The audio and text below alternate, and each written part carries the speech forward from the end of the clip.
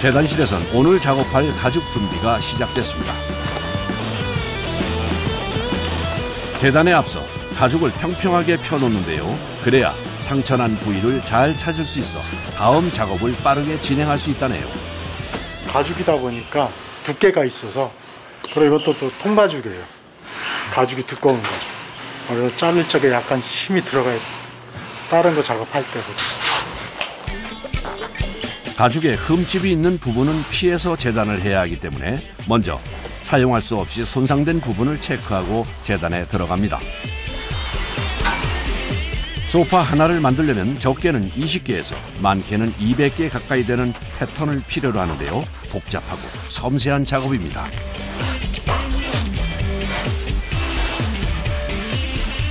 그래서 재단과 패턴을 만드는 일은 주로 베테랑 작업자들이 맡는다고 합니다. 무조건 이렇게 뭐 자르는 게 아니라 쇼파의 어디 부분에 들어간다는 걸 머릿속에 기억하고 있다가 옆으로 뜰 거는 옆으로 뜨고 세워서 뜰 거는 세워서 뜨고 이렇게 재단하는 겁니다.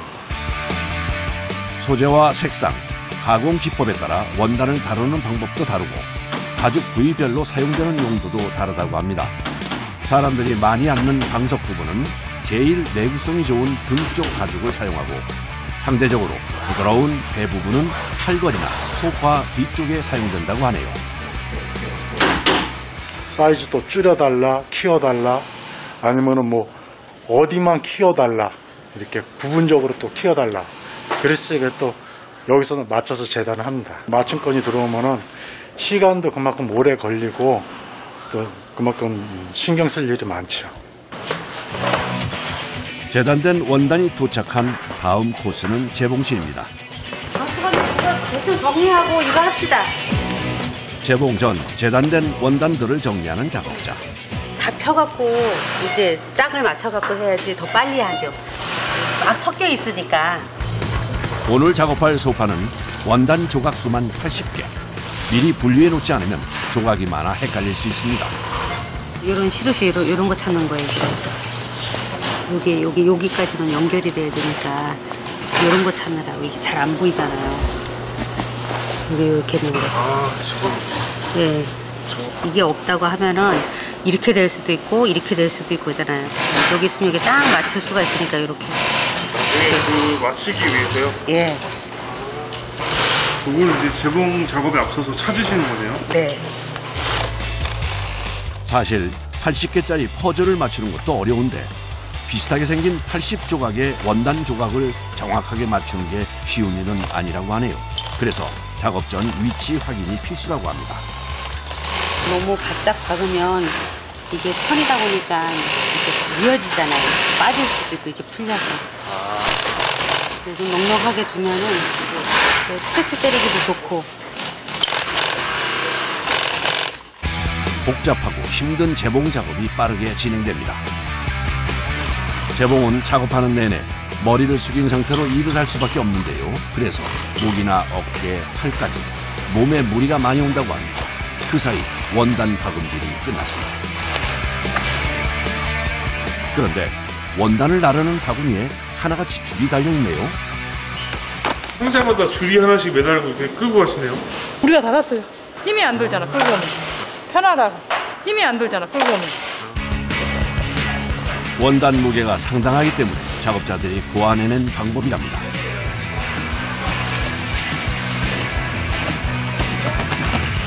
재봉이 완료되면 다음 작업자가 가져가 사용하기 편하도록 한 곳에 모아놓습니다.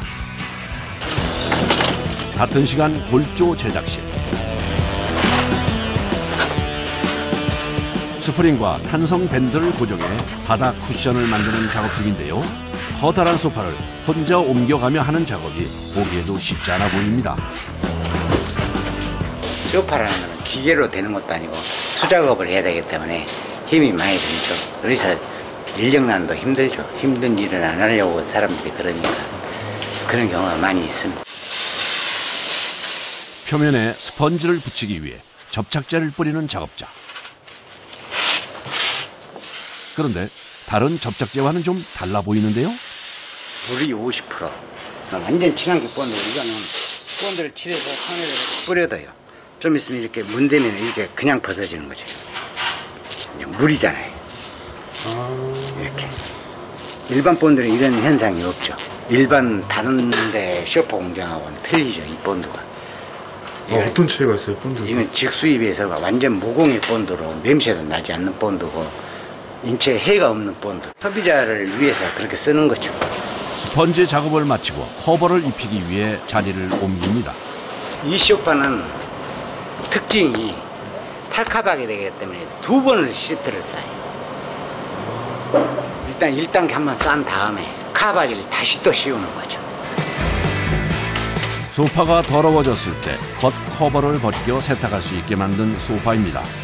기존 소파들은 대부분 더러워지면 새 소파를 구매하거나 다른 커버를 덮어 사용해야 했는데요. 이 소파의 경우는 손쉽게 세탁을 할 수 있게 제작돼 주부들에게 인기라고 합니다. 다만 속 커버까지 2개를 제작해야 하고 또 커버를 2번 씌워야 해서 작업자들은 힘이 2배로 든다고 하네요. 흘러내리지 않게 찐득이로. 소비자가 손쉽게 세탁을 할 수 있도록 벨크로 테이프를 이용해 커버를 붙였다 떼었다 하는 것을 자유롭게 할 수 있게 제작됐다고 합니다. 옷을 입혀놓은 거죠. 소비자가 때가 타는 거라 하면은 이걸 찐득이를 해서 다시 씌워주면은 닦아받고 이제 여기 위에 방석이 이제 또 올라가는 거죠. 쿠션 방석이. 소파에 사용되는 커버는 모두 두껍고 단단한 원단입니다. 그래서 씌우는 일이 여간 고된 것이 아닌데요.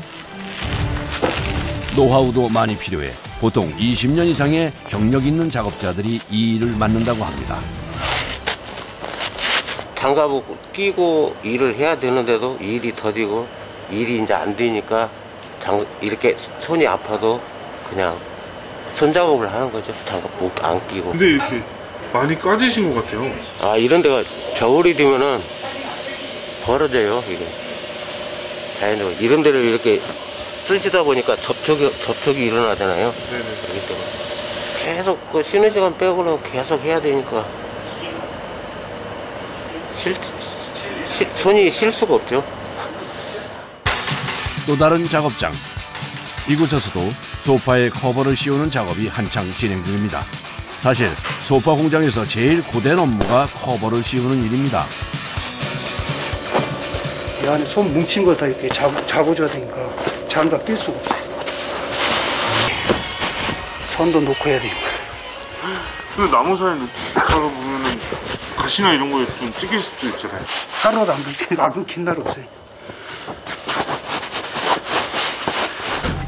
그런데 좀 신기한 게 눈에 띄는데요. 작업자의 손에 곱게 매니큐어가 발라져 있네요. 딸이 아빠 힘드니까 매니큐어 칠해준 거예요. 이거 딸이 그냥 모양되는 거. 손톱이 매일 깨지니까. 매니큐어 칠하면 단단해지거든요. 네, 이었어요. 연결 다 터요, 이게. 손을 많이 쓰니까. 터지고 부푼 작업자의 손이 노력의 세월을 대신 말해주는 것 같습니다.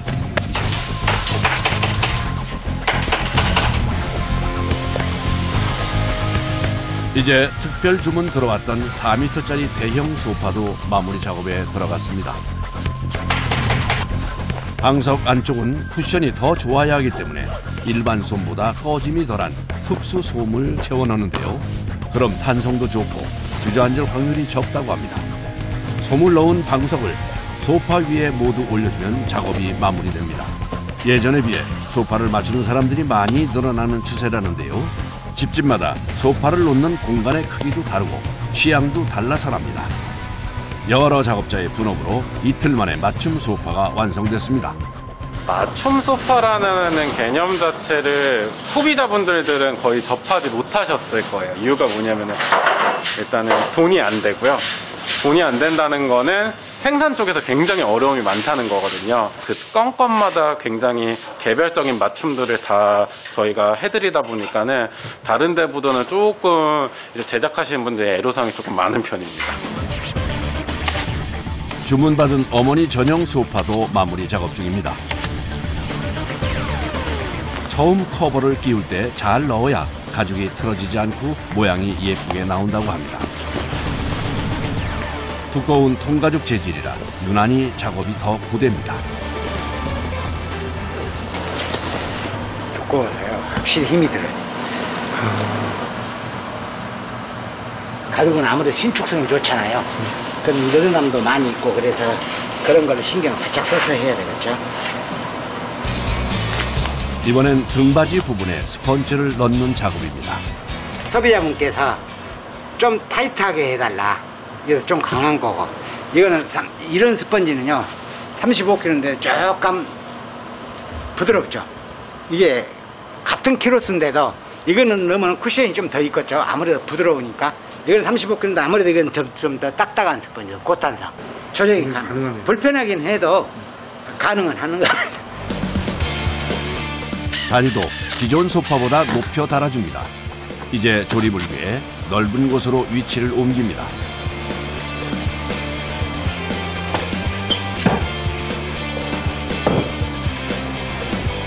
마지막으로 방석을 소파에 올려주면 작업이 마무리됩니다.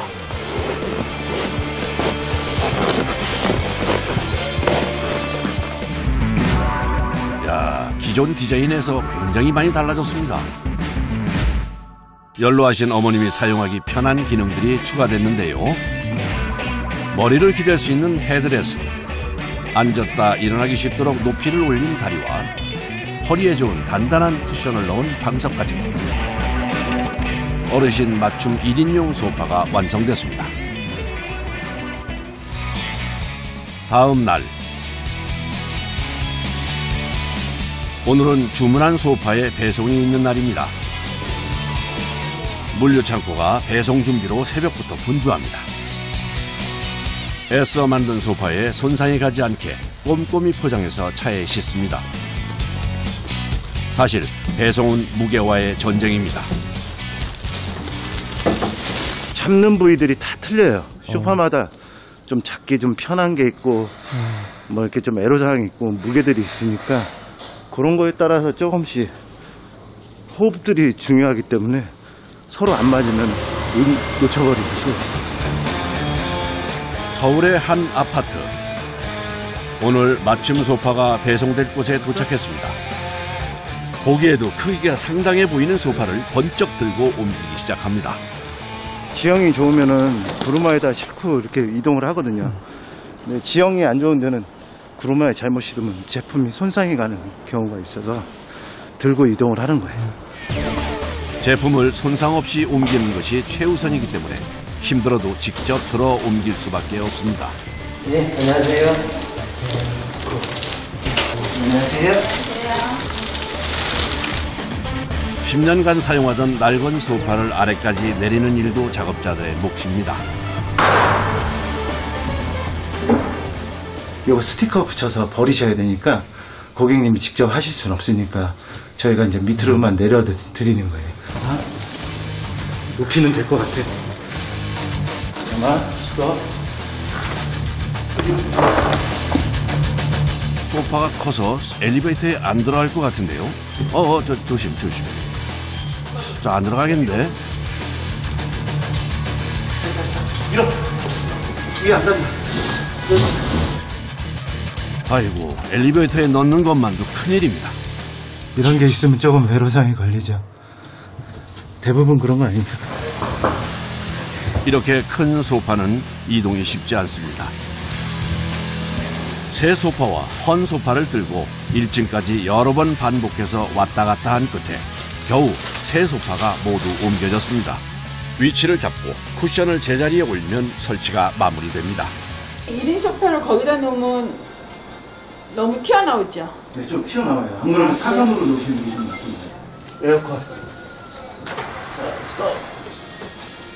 다시 위치를 조정해 자리를 잡고 마무리합니다. 새 소파는 마음에 드시나요?